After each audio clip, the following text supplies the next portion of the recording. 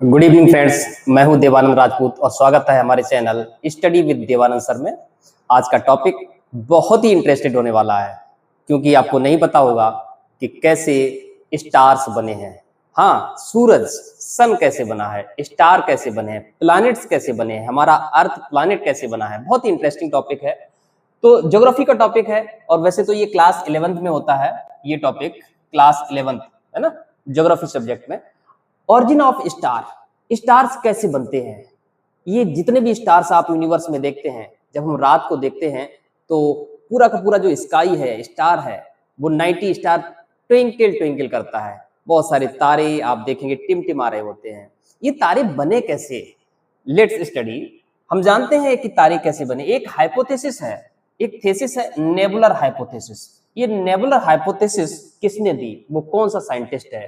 Scientist का नाम है Immanuel Kant. Immanuel Kant sir ने 1755 में 1755 में ये हाइपोथेसिस दी, नेबुलर हाइपोथेसिस। और उसके बाद दूसरे साइंटिस्ट हुए लाप्लास। लाप्लास सर ने 1796 में इसको थोड़ा रिवाइज किया, रिवाइज मींस मॉडिफाई किया, थोड़ा और अच्छा कर दिया, इंप्रूव कर दिया। तो क्वेश्चन ये है कि नेबुलर, ये नेबुला क्या होता है, नेबुला क्लाउड क्या होता है? नेबुला का मतलब होता है एक गैसियस क्लाउड होते हैं, इस तरह से accumulation of the gases along with the dust particles.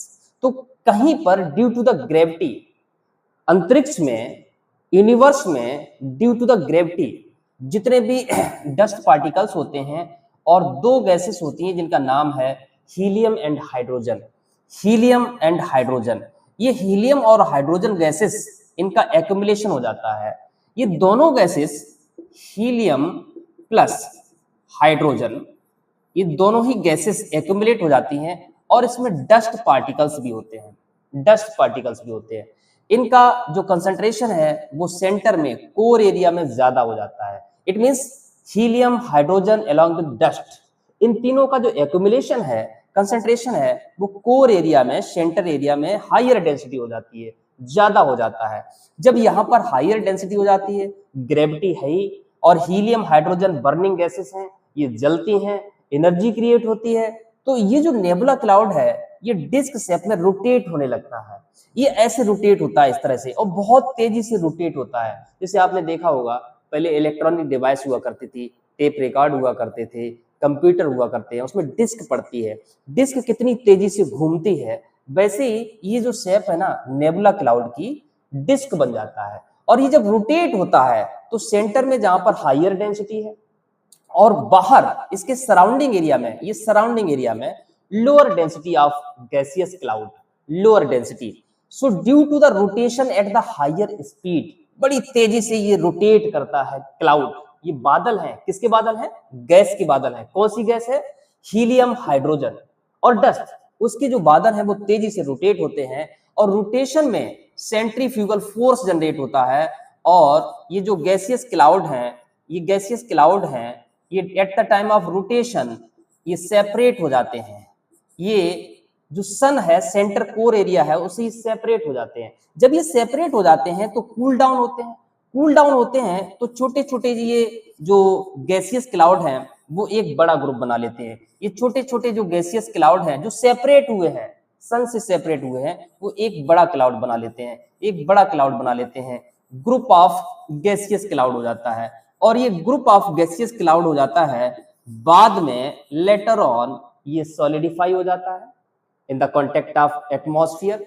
जब ये कूल डाउन हो जाता है, छोटे छोटे गैसियस क्लाउड मिलकर के बड़ा क्लाउड बन जाता है और धीरे धीरे ये कूल डाउन होता है। जब ये ठंडा होता है तो यही बाद में बन जाते हैं प्लैनेट, जिनको हम प्लैनेट कहते हैं। और उन्हीं प्लैनेट में हमारा एक प्लैनेट है अर्थ, पृथ्वी, धरती। तो आपने समझा कि यहां पर सेंटर में है, जहां पर हायर डेंसिटी है, ये सन है, सेंटर वाला पार्ट जो है वो सन है, स्टार है, तारा है। और इसके चारों ओर जब ये रोटेट होता है तेजी से तो ये गैसियस क्लाउड सेपरेट हो जाते हैं, अलग हो जाते हैं। और अलग होने के बाद जब ये कूल डाउन होते हैं और एक दूसरे में मिलकर के बड़ा ऑब्जेक्ट बन जाता है तो ये बन जाते हैं प्लैनेट। तो मित्रों, आपने पढ़ा कि कैसे स्टार बना, जहां पर सेंटर में हायर डेंसिटी है हीलियम और हाइड्रोजन की, बाहर लो डेंसिटी है, तेजी से रोटेट करता है। गैसियस क्लाउड जब डिस्क शेप में रोटेट करते हैं तो आपने देखा होगा जैसे दिवाली को फिरंगी चलाते हैं, फिरंगी में जो फुलझड़ियां निकलती हैं, उस तरह से ये फुलझड़ियां बाहर आती हैं और ये बाद में ये छोटे छोटे गैसियस क्लाउड इकट्ठे होकर के एक बड़ा क्लाउड बनता है, कूल डाउन हो जाता है, ठंडा हो जाता है और बाद में ये प्लैनेट बन जाते हैं। ये प्लैनेट भी रोटेट होने लगते हैं क्योंकि ग्रेविटी है सन में, इनमें भी ग्रेविटी है। ये आपस में रोटेट भी होते हैं और रोटेट के साथ साथ ये रिवॉल्व भी होते हैं, रिवॉल्व भी होते हैं। आपने पढ़ा होगा, बच्चों ने पढ़ा होगा, 2 राउंड होते हैं अर्थ के, एक तो होता है अपनी एक्सिस पर रोटेट, अपनी एक्सिस पे ऐसे रोटेट होता है, और एक अराउंड द सन। ओके, तो रोटेशन राउंड और revolution round. So in this way we studied very interesting topic कि प्लैनेट्स कैसे बने, स्टार कैसे बना और कैसे रोटेट करते हैं। Thank you.